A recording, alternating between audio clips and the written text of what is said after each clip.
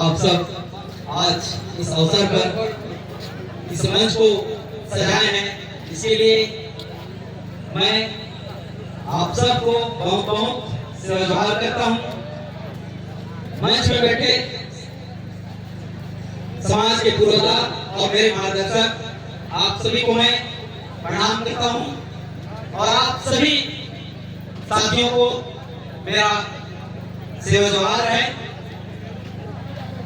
जैसे आप सब जानते हैं कि आज विश्व आदिवासी दिवस है और विश्व आदिवासी दिवस आपके सुपर जीवन में मना रहे हैं, बल्कि इस देश में, ये दुनिया में जहाँ जहाँ आदिवासी रहते हैं वहाँ वहाँ पर ये आदिवासी दिवस मनाया जा रहा है।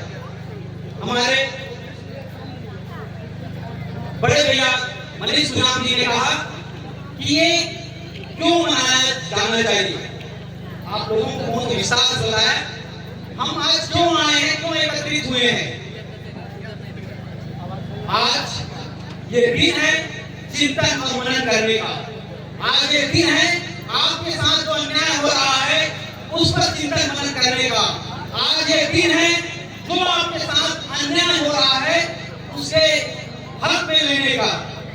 आज ये दिन है चिंतन करने का, जिसमें वो अधिकार को, जो अधिकार को हम लड़ रहे हैं, हमारे दादी के दादी के दादी के दादी जो आज हमारे बीच महापुरुष बनकर हमारे सामने कहीं चित्र में है, कहीं हमारे जुमा में है, उन अधिकारों को हमें मनन करने का। साथियों, मनीष भैया ने कहा कि सूखा नहीं नहीं बल्कि ये बस्तर संभाग ही नहीं, आप सरगुजा संभाग ही नहीं, जहां जहां आदिवासी रहते हैं वहां वहां आदिवासियों के साथ ये समस्या है। ये समस्या क्यों भाई, आदिवासी साथ की समस्या क्यों है? आप सबको इस बात को लेकर चिंतन और मनन करने की आवश्यकता है। क्यों आदिवासी साथ की अन्याय हो रहा है?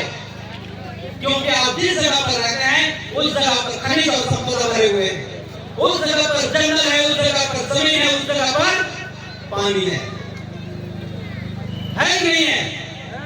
है कि नहीं है? आपको बोलना पड़ेगा। जब तक आप बोलेंगे नहीं तब तक आपको ये जो अधिकार है वो मिलने वाला नहीं है। कानून तो दे दिए हैं, संविधान में उल्लेख किया है आपका 5वीं अनुसूची, बावजूद आपको अधिकार नहीं दे रहे हैं। क्यों नहीं दे रहे हैं? क्योंकि आप बोल नहीं रहे हैं। अधिकार को लेने के लिए आपको बोलना पड़ेगा, लड़ना पड़ेगा। साथ ही साथ ये देश संविधान से चलता है और उस संविधान को चलाने के लिए जो शासन प्रशासन होते हैं वो कागज से ये देश को चलाते हैं। चलता है कि नहीं चलता है? चलता है। अगर आप जिस जमीन मेरी है बोलेंगे उस जमीन के लिए आपको एक कागज दिखाना पड़ेगा। पड़ता है कि नहीं पड़ता है? कि आप यूं ही बोलते हैं जमीन मेरा है। अगर मैं बोल दूं मैं संदीप सलाम हूं तो मुझे आइडेंटिटी करना पड़ेगा, मेरा अपना जाति दिखाना पड़ेगा कि मैं बोल दूं कि कोयला हूं। पड़ेगा नहीं पड़ेगा? तो कागज बनाना पड़ेगा। तो आपको दोनों तरफ से लड़ाई लड़ना पड़ेगा, क्योंकि समस्या आपके साथ है। बस्तर संभाग में जो समस्या जो आए दिन हो रहा है वो क्यों आ रहा है, क्यों हो रहा है, ये हमें सोचना पड़ेगा। ये दिवस ही नहीं, अपने गांव में जाकर भी चिंतन मनन करेंगे तभी वो आप उस समस्या का समाधान की ओर आगे बढ़ सकते हैं। सब लोग बोलते हैं जल जंगल जमीन हमारा है, लेकिन आप जिस जल की बात करते हैं, बॉटल में पानी पीते हैं कि नहीं पीते हैं खरीद करके जब आप सुबह आ रहे हैं तो, लेकिन किसी व्यक्ति ने, किसी कंपनी ने 1969 में ही तय कर लिया था कि मैं इस पानी को बोतल में बेचूंगा। कब तय किया था? 1969 में यहाँ पर लिखा है सोचो, जो कॉर्पोरेट जो होते हैं वो कैसे कितना आगे तक सोचे रहते हैं। वो कब सोचा था 1969 में, जब हमारे दादी परदादी लोग कभी सोचे नहीं थे कि मैं जब सुकमा में जाऊंगा तो मुझे इस वाटर को खरीद कर पानी पीना पड़ेगा। आज वो दिन हम देख रहे हैं, नहीं देख रहे हैं, देख रहे हैं, नहीं देख रहे हैं, देख रहे हैं और पी रहे हैं। जिस जंगल की बात करते हैं, जिस जमीन की बात करते हैं और जिस जल की बात करते हैं, वो हमसे हमारे नीचे से छीना जा रहा है। साथ ही साथ आपको ये भी सोचना होगा, देखना होगा कि ये देश दुनिया में क्या चल रहा है, आपके साथ क्या हो रहा है। धीरे धीरे आपके जिला में प्रवासियों की जनसंख्या बढ़ती जा रही है। वो क्यों बढ़ रही है? आपने कभी चिंतन मनन किया है? गांव में तो आप लोग रहते हैं, लेकिन शहर में कौन लोग रहते हैं? उसी शहर को इस पर्दे के पीछे से लोगों को लाया जा रहा है, जिसे हम नगर पालिका, नगर पंचायत कहते हैं, नगरीय निकाय कहते हैं। और 5वें अनुसूची साफ साफ कहता है कि नगर पंचायत, नगर पालिका, नगरीय निकाय ये शेड्यूल एरिया में सावधानी के बावजूद भी आपके सुकमा जिला में दोरनापाल में बने हुए कि नहीं है? बने हुए हैं। और वो जहां जहां नगरीय निकाय है वहीं हमसे ज्यादा दूसरों की संख्या ज्यादा है, प्रवासियों की संख्या ज्यादा है। और वही लोग तय करते हैं कि कौन क्या बनेगा और कौन किसको हराना है। इसके लिए भी हमको लड़ना पड़ेगा, बिल्कुल संवैधानिक तरीके से।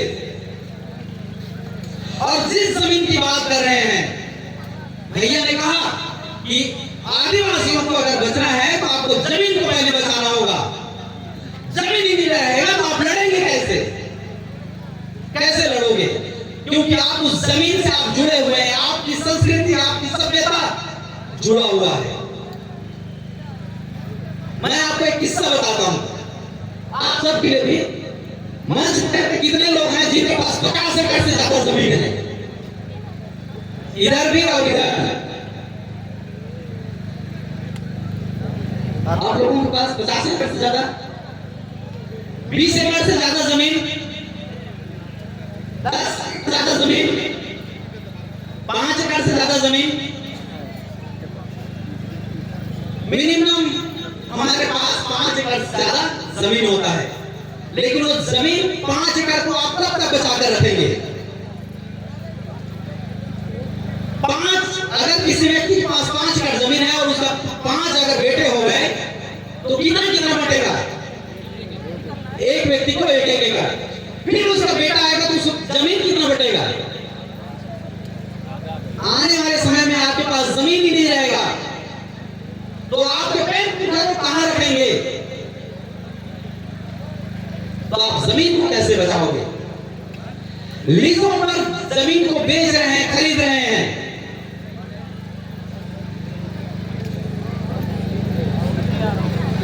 उसको आप कैसे बचाओगे?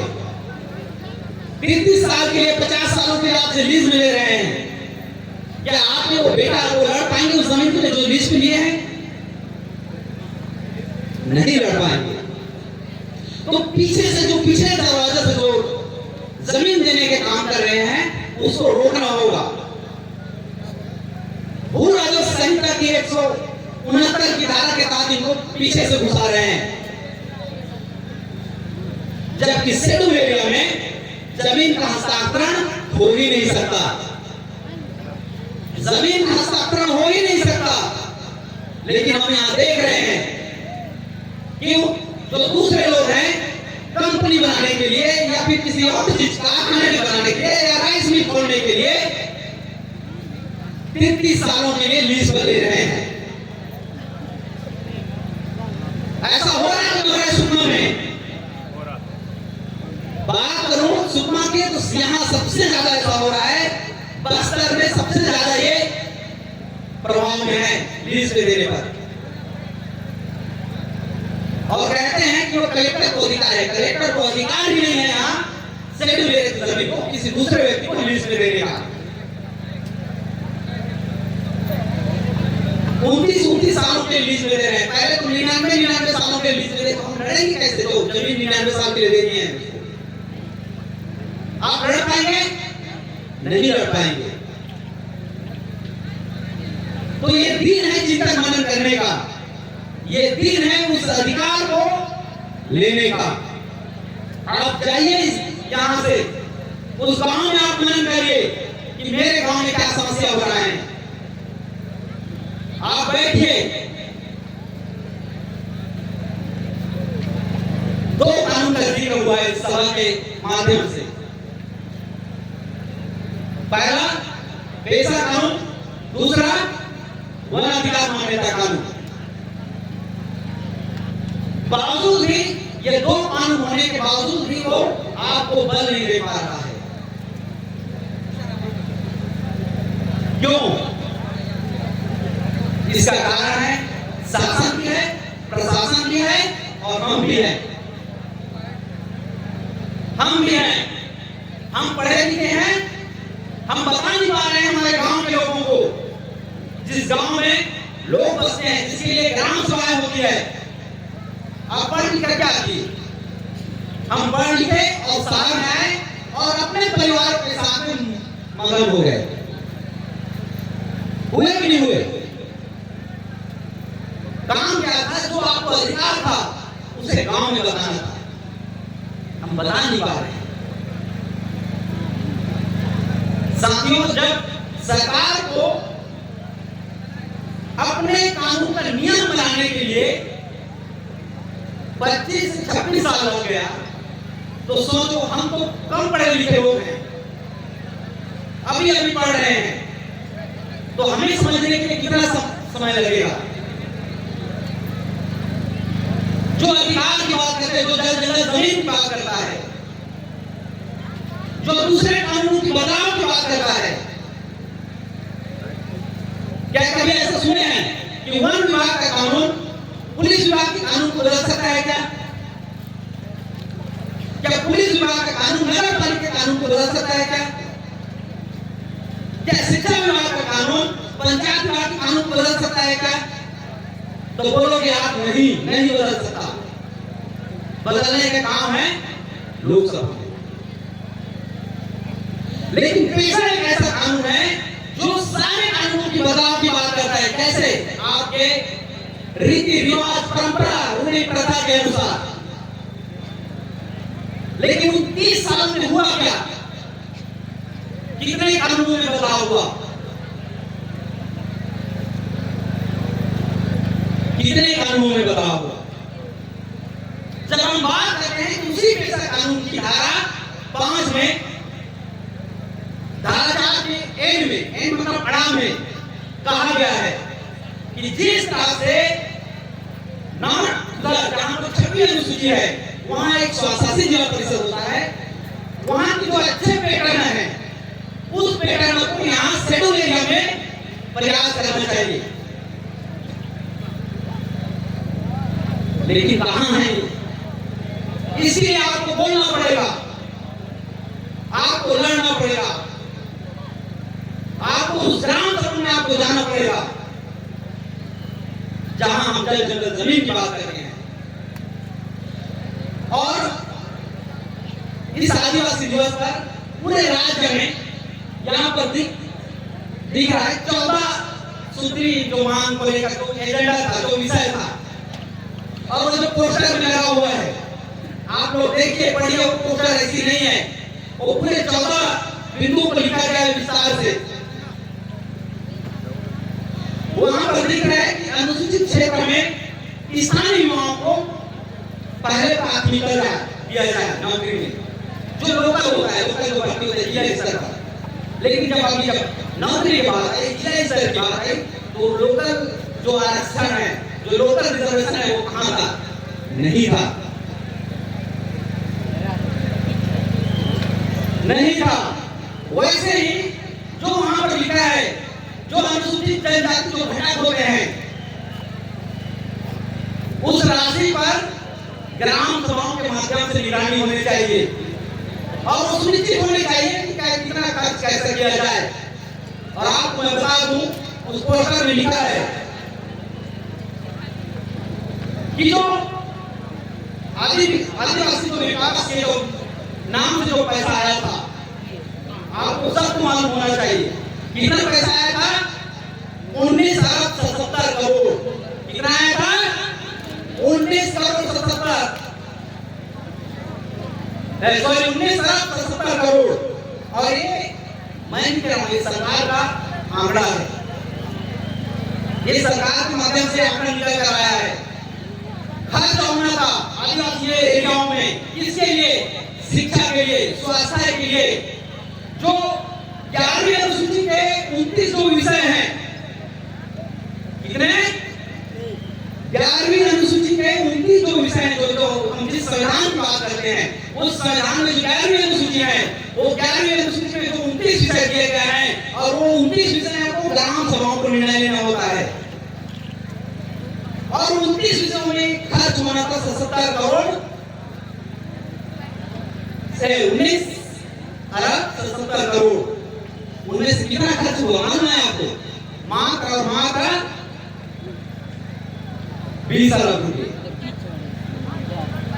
सोचिए,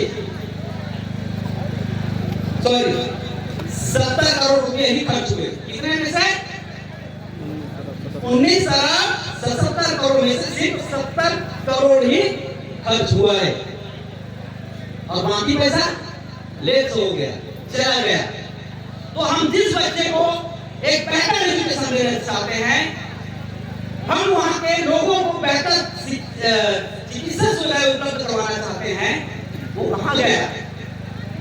वो पैसा लेप्स हो गया, सरकार खर्च नहीं कर पाया। क्या घूम रहा है बताइए? इस शासन में सिर्फ 2 वर्षों का है आंकड़ा, सिर्फ दो वर्षों का ये आंकड़ा है।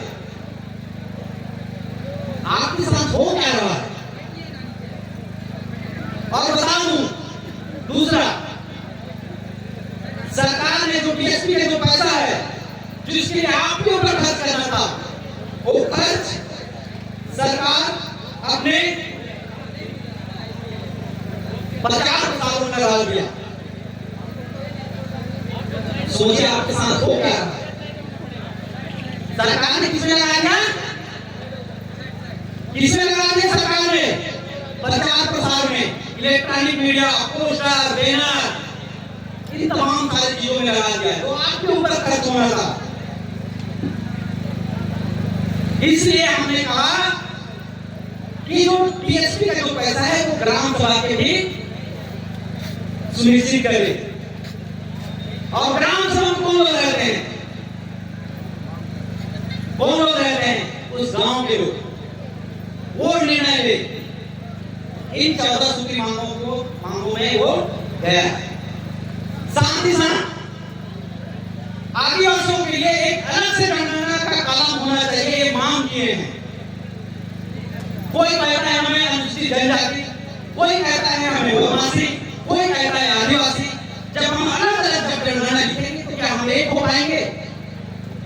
हमारा जनसंख्या ऐसी कम हो जाएगा। जब परिसीमन होगा तो परिसीमन में क्या होगा? आदिवासियों के लिए जो आरक्षित होता है विधानसभा और लोकसभा में, वो घट जाएगा। इसलिए हमने कहा कि आदिवासियों के लिए अलग से धर्म कोड होना चाहिए। दूसरा, जो अनुसूचित क्षेत्र है, जो शेड्यूल एरिया है, जो शिक्षा और स्वास्थ्य का जो निजीकरण हो रहा है, शिक्षा और स्वास्थ्य पर जो निजीकरण हो रहा है, उसमें रोक होना चाहिए। साथियों, आप सबको मालूम होना चाहिए, जब हम सरकार जब अपने व्यवस्था में जब चला रहा है, वहां हमें स्थानीय भर्ती में हमें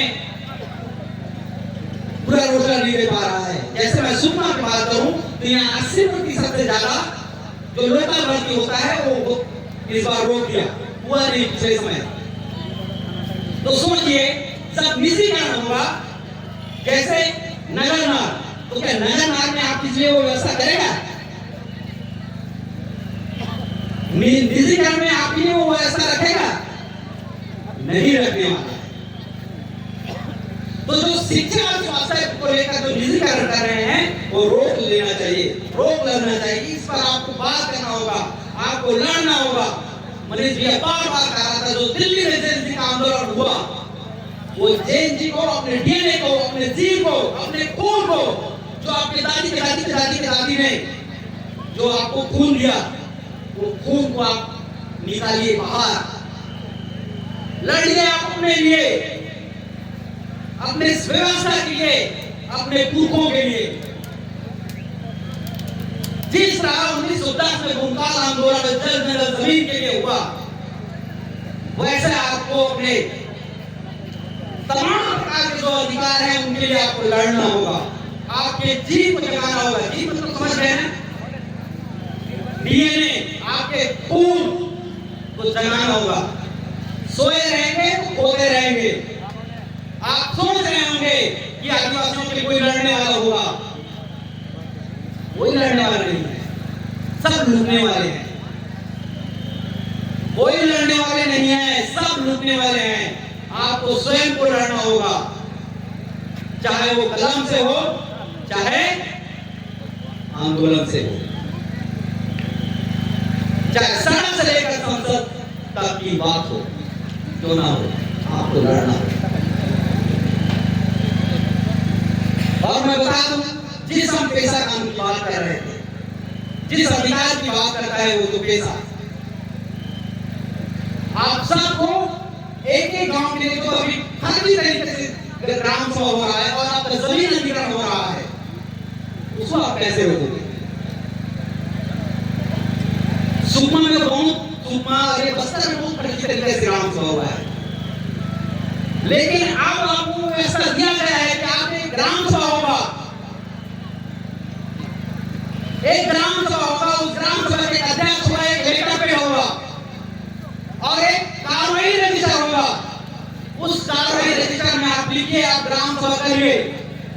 आप जो फर्जी तरीके से ग्राम सभा हो रहा है उसको आप रोक सकते हैं। आप बैठेंगे ही नहीं उस ग्राम सभा में, तो ये निश्चित ही है कि वो ग्राम सभा फर्जी होगा।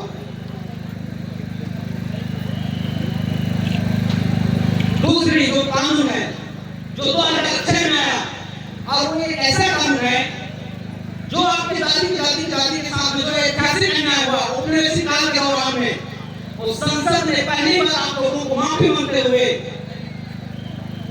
उस कानून को लाया और कहा जो आपके साथ जो अन्याय हुआ है, अन्याय ही कहा, उसमें डाला एक शब्द ऐतिहासिक अन्याय।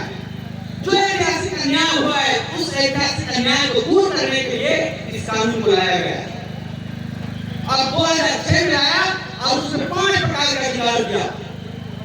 पहला जो व्यक्तिगत अधिकार है, जिसमें अलग एक व्यक्ति को जो 2005 के पूर्व जो जमीन पर आदिश है, उस जमीन पर 10 एकड़ से ज्यादा, जो 10 एकड़ है, 10 एकड़ तक का प्रावधान रखा गया है।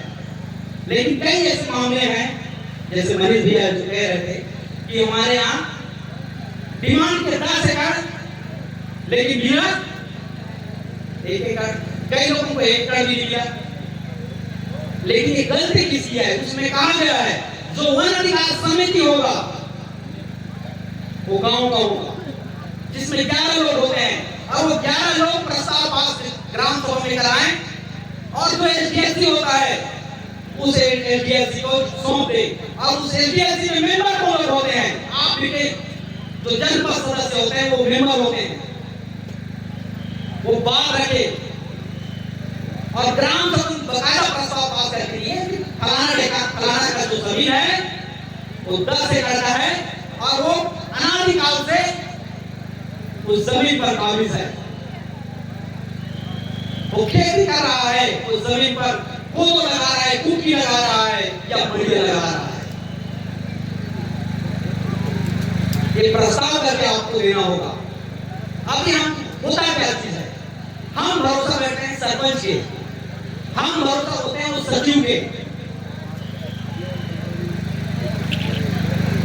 और टेबल के नीचे जाता है कई लोगों को 50 डिसमिल, एक आधा एकड़ या 1 एकड़ या 2 एकड़, ज्यादा नहीं।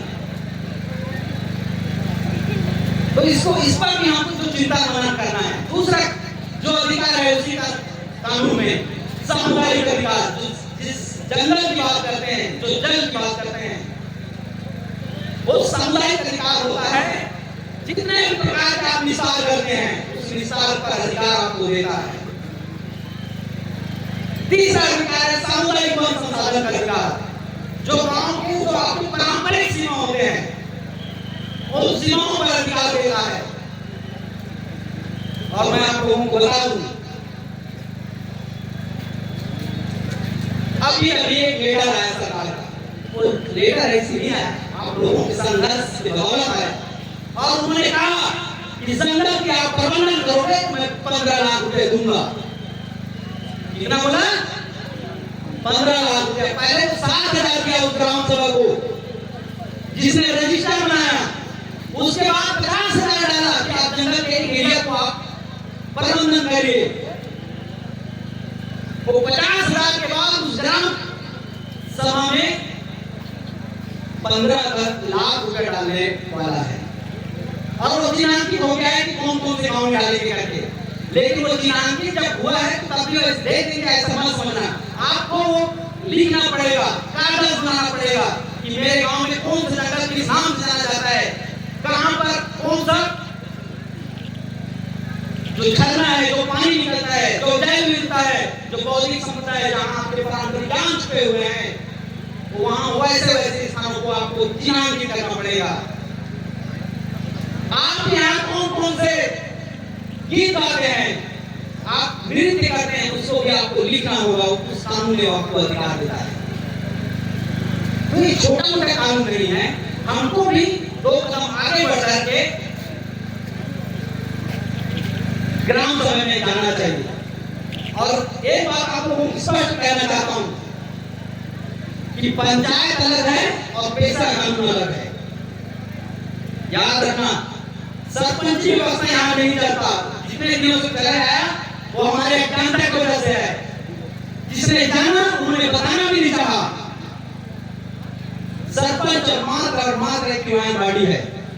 मैं एक बात बता दूं, राजस्थान है इस देश में, वहां पर अलग से एक पेशा के विभाग है, पंचायत विभाग से काम नहीं करता। तो वैसे ही हमें भी डिमांड करना होगा कि हमें पंचायत नहीं, हमें अलग से पेशा के विभाग चाहिए। जब आप प्रबंधन करें, जब 15 लाख रुपया आ रहा है और ये 15 लाख सिर्फ और सिर्फ 200 एकड़ के लिए है। कितना एकड़ के लिए? 200 एकड़ के लिए। जो जंगल होते हैं जहाँ प्रबंधन करते हैं, जहाँ वर्किंग प्लान बनता है, जहाँ हम 3 साल के प्लान बनाएंगे, कि हम पौधा करेंगे, देख रहे कैसा होगा, इसके लिए। और वो वही रुकेगा नहीं, वो बढ़ेगा, वो बढ़ता जाएगा।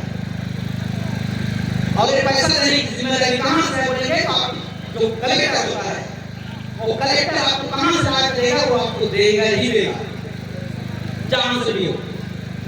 आप प्रबंधन में योजना बना कर दीजिए, लेकिन जो पीछे दरवाजे से जो काम हो रहा है उसको आपको रोकना पड़ेगा। जैसे बड़े बड़े समस्या हमारे सामने है, उन समस्या के लिए आप सबको आगे आना होगा। हम जिस बायोडिया की बात कर रहे हैं, वन अधिकार कानून ने कहा कि आपको सामुदायिक अधिकार है।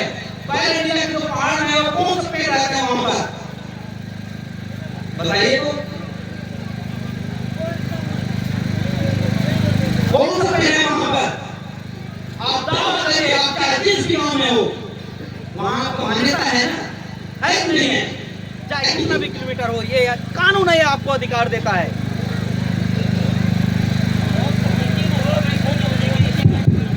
हेलो,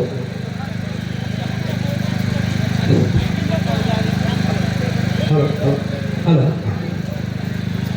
तो कानून आपको अधिकार देता है सामुदायिक अधिकार का। आप दावा करिए, आप ऐसे कितने गांव वाले लोग हैं और कितने परिवार हैं, जो कितने कुटुंब हैं जो उस देवता है, पेन है, जो हमारे हजो पेन सजो पेन है, उस पर आप दावा करिए कि वहां मेरे दादी के लोग वहां पर सेवा करते आ रहे हैं, जिस पर वहां मेरी मान्यता है। आप ऐसे कितने कुटुंब वाले हैं जिस कुटुंब से जुड़े हुए हैं, आप सारे कुटुंब वहां पर दावा करिए, दावा करिए आप। हमको ये कानून है, भले हम पढ़े लिखे नहीं है समाज वाले, और सरकार पढ़ाना भी नहीं चाहता, इसलिए शिक्षा जो व्यवस्था है वो प्राइवेटाइजेशन कर रहा है ताकि आदिवासी लोग लड़ ना सके।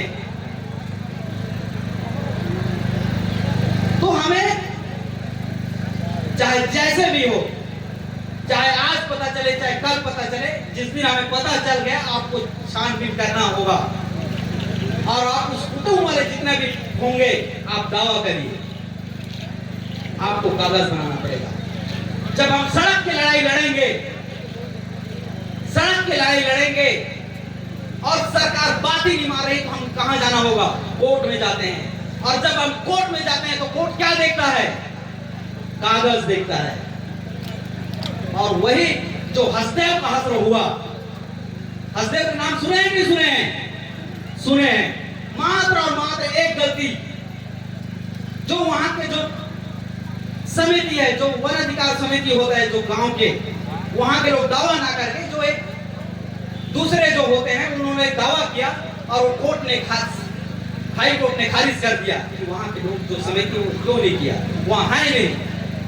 तो एक छोटा छोटा एक मेजर पॉइंट होता है, वह चीजों को हमको देखना बहुत जरूरी है लड़ाई के साथ साथ।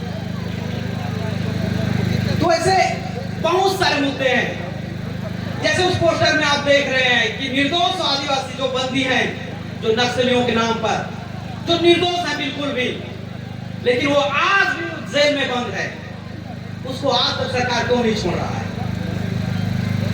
जबकि यहाँ नक्सलाइट खत्म हो गया है, तो किस बात की जो निर्दोष व्यक्ति हैं उन्हें अभी तक अंदर रखे हैं?